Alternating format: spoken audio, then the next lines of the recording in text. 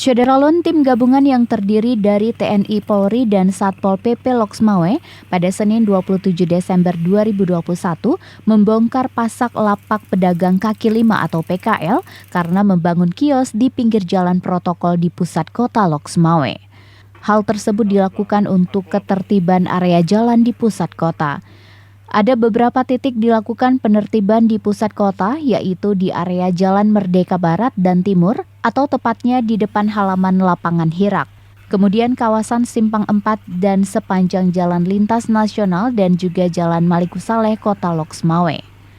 Hal ini dilakukan untuk menciptakan Kota Loksmawe indah dan tertata dengan baik dan merupakan bagian dari program Banda Sakti Mengaji.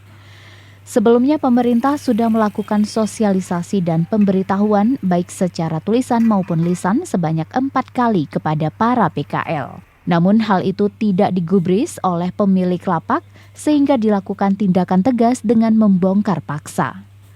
Dari Loksmawe, Zaki Mubarak, Serambi On TV.